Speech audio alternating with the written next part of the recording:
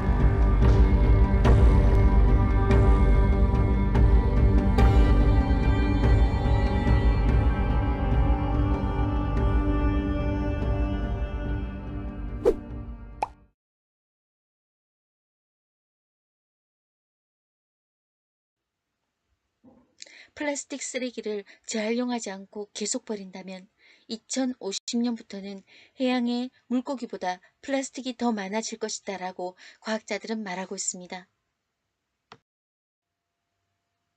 폐기물 처리 비용은 연간 15조 이상이나 됩니다. 이 금액은 서울 월드컵 경기장 100개나 건설할 수 있는 비용입니다. 우리가 버리는 폐기물이 재활용되지 못하면 소각되거나 매립됩니다. 매립은 나라마다 더 이상 매립할 장소도 없고 매립하면 침출수 등으로 독성 물질이 지하수나 토양으로 흘러들어가므로 환경에 치명적입니다. 폐플라스틱을 소각하는 과정에서도 다이옥신 같은 독성 물질과 지구온난화를 일으키는 이산화탄소가 배출되며 소각시설도 우리나라는 턱없이 부족합니다. 광물 자원의 90%, 에너지의 97% 이상을 수입하는 우리나라는 재활용에 주력하는 것이 나와 너, 우리의 아들과 딸들이 살 수 있는 최선의 방법인 것입니다. 폐기물은 우리가 분리수거만 잘하면 재활용을 통해 다시 우리가 사용할 수 있는 자원이 됩니다. 한국은 플라스틱 재활용률이 22.7%에 불과하나 독일은 97.4%입니다. 그럼 독일의 재활용률은 왜 이렇게 높을까요? 재활용품 환급 제도, 즉 판트 정책을 시행했기 때문입니다.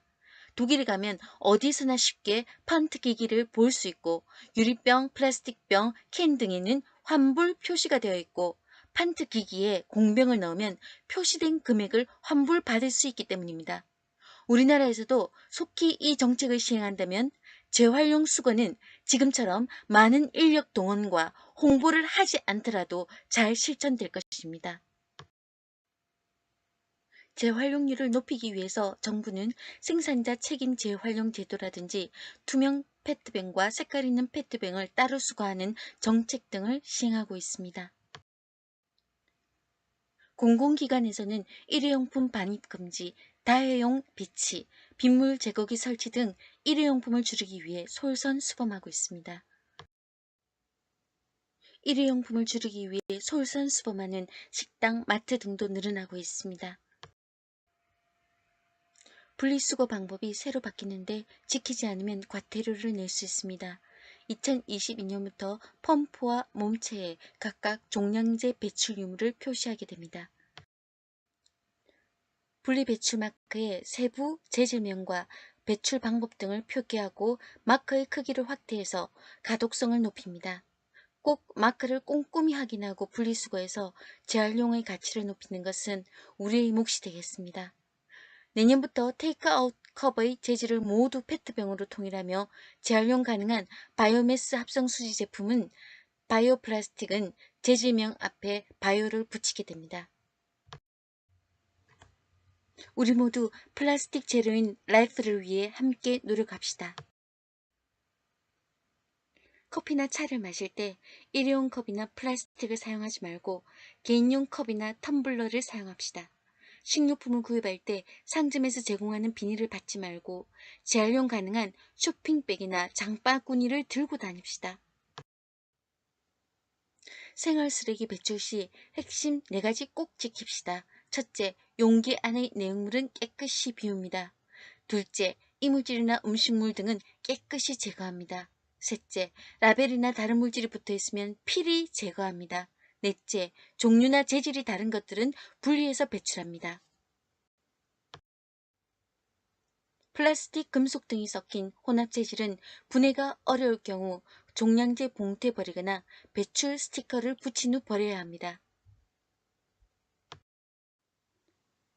비우고 헹구고 캔 뚜껑은 캔 속에 넣어 배출하고 재질이 다를 경우에는 분리해서 배출합니다. 부탄가스나 살충제 용기는 꼭 구멍을 뚫은 뒤 압축합니다.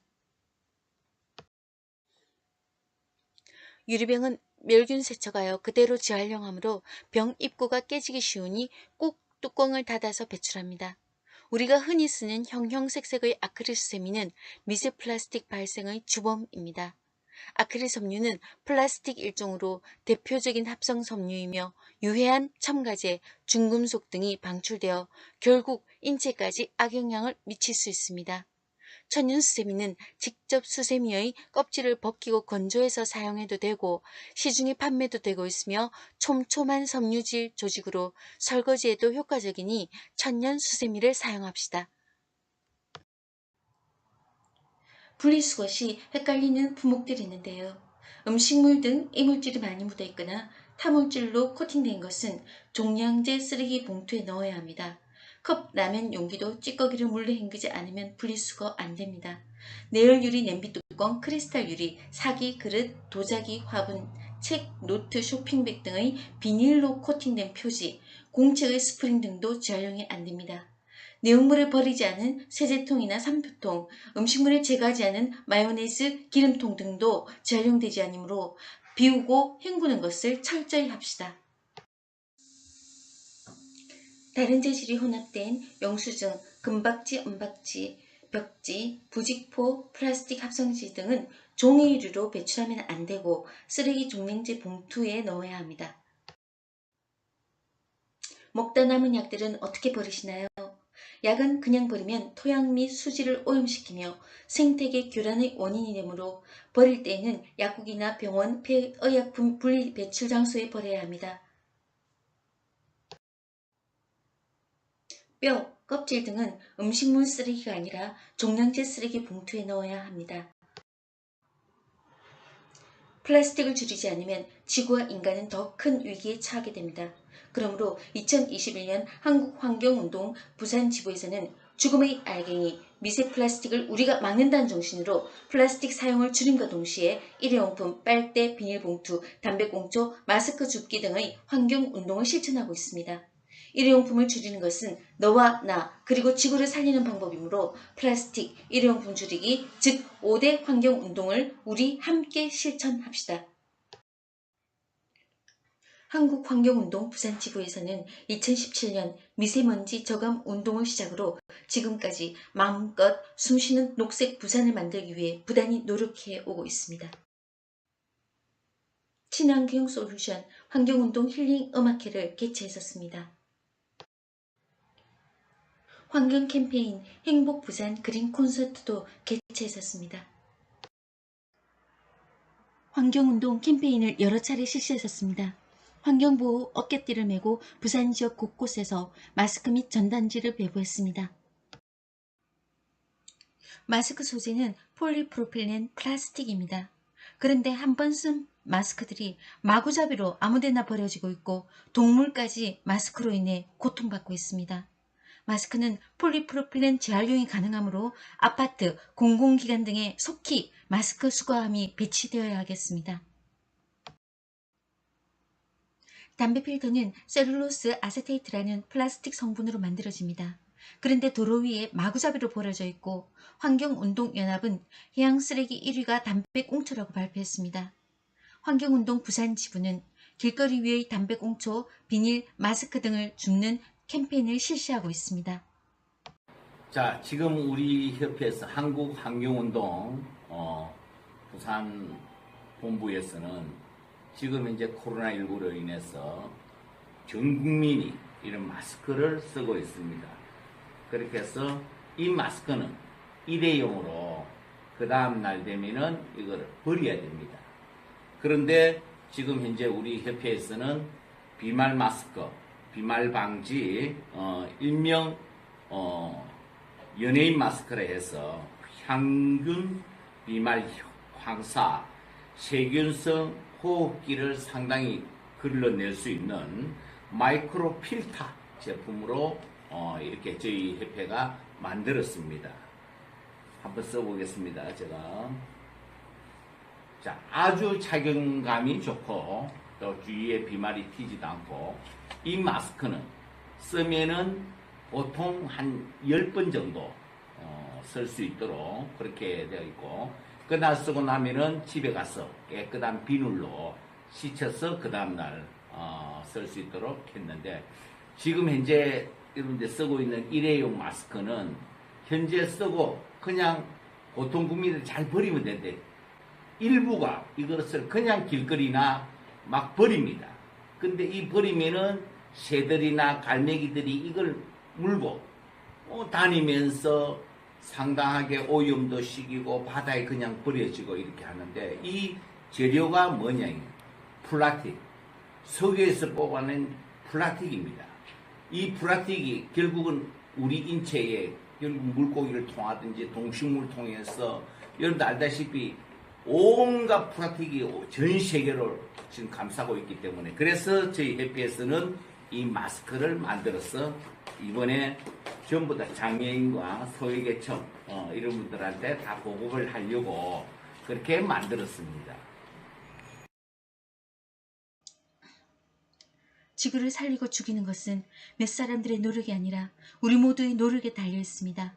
우리의 아들과 딸들이 살아갈 지구, 어떤 지구를 물려주고 싶으십니까? 우리 모두 환경실천 운동에 적극 참여합시다.